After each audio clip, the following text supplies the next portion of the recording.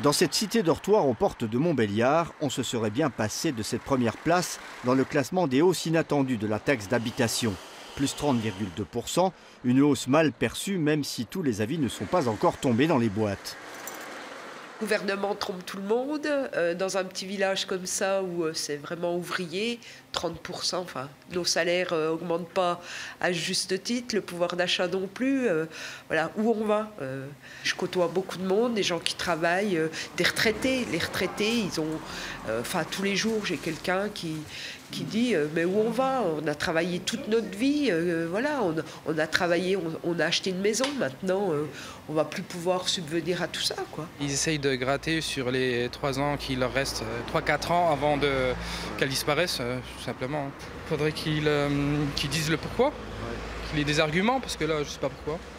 Le pourquoi de cette mesure, nous sommes allés le chercher auprès de la municipalité qui justifie son double choix douloureux. La taxe foncière est elle aussi en augmentation, un choix déjà expliqué aux habitants en avril dernier.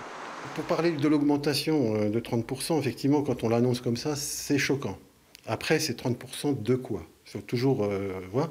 Il faut voir que sur Grand Charmont, on a à peu près 43% de logements sociaux, qu'on a des bases locatives qui ont été évaluées en 1970, qui sont réévaluées dans les lois de finances petitement tous les ans.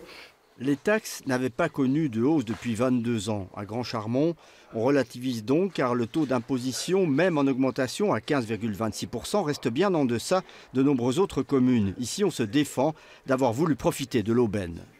C'est vraiment parce qu'on était arrivé à un niveau de baisse de dotation qui ne nous permettait pas d'assurer l'avenir.